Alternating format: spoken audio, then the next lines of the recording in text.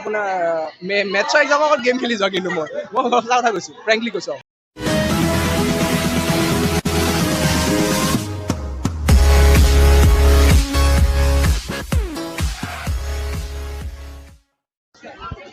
So at first মই তোমাক congratulation ক'ব বিচাৰিম।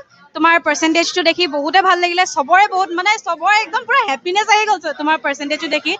তো তোমাৰ ৰিয়েকশ্যনটো কেনেকুৱা আছিলে যেতিয়া তুমি তোমাৰ পাৰ্চেণ্টেজ দেখিলা? তুমি ভাবিছিলা নিজে মোৰ হাৰ্ডৱৰ্ক যিমান কৰিছিলোঁ তাতছে কম আহিছে, বা হাৰ্ডৱৰ্ক যিমান কৰিছিলোঁ ইমানটো লেভেলতে আহিছে? মানে তোমাৰ ৰিয়েকশ্যনটো কেনেকুৱা আছিলে? চাৰাউণ্ডিংছৰ ৰিয়েকশ্যনবোৰ কেনেকুৱা আছিলে? ফাৰ্ষ্ট অফ অল মানে ৰিজাল্টটো শুনি পেলাই চবৰে ভাল লাগে। পাছ হোৱাটোতে ডাঙৰ কথা, কিন্তু 85 পাইছে।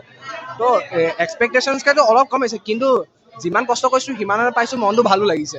আৰু এতিয়া পাৰ্চেণ্টেজটো ইমান কি নোৱা, ফূৰ্তিটো লাগিবই যিমানে ভাল। আৰু ফেমিলি যেতিয়া মা পাপা মুখত হাঁহিটো দেখিলোঁ 5টা দিলে এটা কোৱাৰ পিছত, মা পাপা মুখত ফূৰ্তি দেখিলে মোৰ মনটো ভাল লাগিছিল। ৰিয়েকশ্যনটো নৰ্মেল আছিলে, কিন্তু প্ৰথমে চক লাগিছিলে কেনেকৈ পাছ হৈ গ'ল। তাৰপিছত যেতিয়া অসমীয়া ডেটত দেখিলোঁ আৰু চক লাগিছে, কেনেকৈ পালোঁ মই বোলো। সেই ৰিয়েকশ্যনটো তেনেকুৱা আছে। আৰু ফেমিলি চব মানুহ হেপি, আৰু মই হেপি সেইকাৰণে। আৰু তো তোমাৰ এই ছাকচেছৰ কাৰণে তুমি ক্ৰেডিটটো কাক দিব বিচাৰিবা, যে মানে তোমাৰ ইমান ভালকৈ তোমাৰ ৰিজাল্টটো আহিছে, তো তুমি কাক ধন্যবাদ দিব বিচাৰিবা? ফাৰ্ষ্ট অফ অল টিচাৰ্ছটো থাকিবই, টিচাৰ্ছে আমাৰ ৰাস্তা দেখাব আমি কেনেকৈ কৰিম। ছেকেণ্ড চবতকৈ ডাঙৰ ক্ৰেডিট দিব বিচাৰিম নিজক, কেলৈ নিজৰ কনচিষ্টেঞ্চি থকাটো ডাঙৰ কথা। আৰু থেংক ইউ ক'ব বিচাৰিম ভগৱানক, যে ভগৱানে ভাল ৰাস্তা এটা দেখালে, ভগৱানে সদায় শুদ্ধ ৰাস্তা দেখায়। চ' কিন্তু সেই শুদ্ধ পাঠটো চলা আকৌ আমাৰ ওপৰত দায়িত্ব। আমি কনচিষ্টেণ্ট থাকিব লাগিব, ফ'কাছ থাকিব লাগিব। চবতো অকণমানটো হ'লেও ডিষ্ট্ৰেকশ্যন থাকিবই, কিন্তু সেইটো অভাৰকাম। মই গেম খেলিছিলোঁ, মই তোমাৰ আপোনাৰ মেথছৰ এক্সামৰ আগত গেম খেলি যোৱা কিন্তু মই সঁচা কথা কৈছোঁ, ফ্ৰেংকলি কৈছোঁ।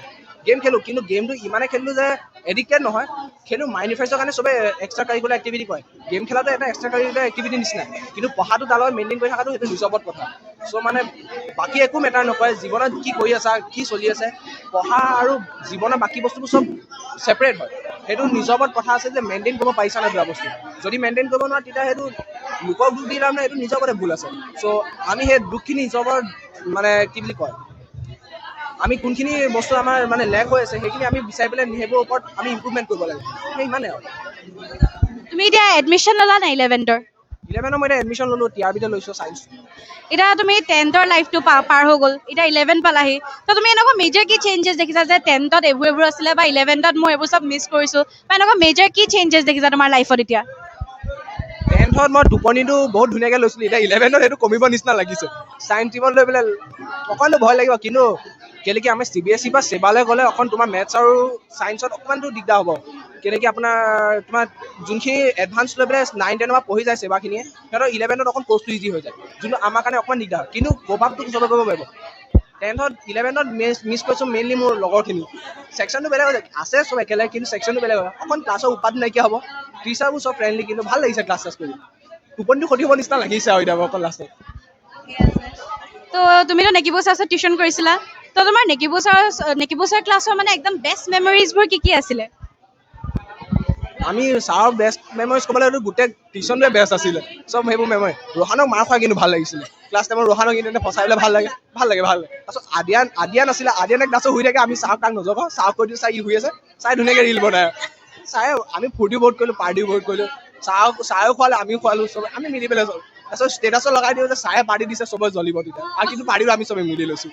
বহুত মেমৰিজ আছে, জাজু মেমৰ টিউশ্যনটো তেনেকুৱা মেমৰিজ আছে।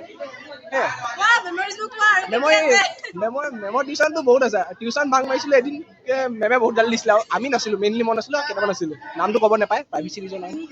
তো বহুত ফূৰ্তি কৰিছিলোঁ, ফূৰ্তি হয়, টিউশ্যনত পঢ়াও হৈছিলে, উৎপাতো হৈছিলে। তো মেম আৰু ছাৰহঁতৰ মুখতো হাঁহিটো দেখিছোঁ, এতিয়া ভাল লাগিছে, দুটা লেটাৰটো আনিব পাৰিলোঁ যে। তো তোমাৰ এই ৰিজাল্টৰ কাৰণে তুমি টিপছবোৰ দিয়া, যাতে আমিও এইবোৰ কৰিব পাৰোঁ, ভালকৈ কৰিব পাৰোঁ, টিপছ দিয়া আমাকো। টিপছ দিবলৈ গ'লে পঢ়িবতো লাগিবই। এক্সামৰ আগত ভয় খাই অকণো ভয় লাগিব, সেইটো কিন্তু ৰিজাল্টৰ সময়ত যে ভয় কেতিয়া কৰিব লাগে, কেলৈকি তুমি সেই ৰিজাল্টৰ যোনটো পাবা না, সেইটো এক্সামত কি দিছিলা সেইটো হিচাপতে ৰিজাল্ট পাবা, সেইটো ভয় খাই লাভ নাই। তুমি ভয়টো আগতে খাব লাগিব, পঢ়া টাইমত পঢ়িব লাগে। এতিয়া মই নকওঁ যে 16-15 ঘণ্টা পঢ়িব লাগে বুলি, কেলৈকি মই নিজে পঢ়িব নোৱাৰিলোঁ ইমান ঘণ্টা। মই মেইনলি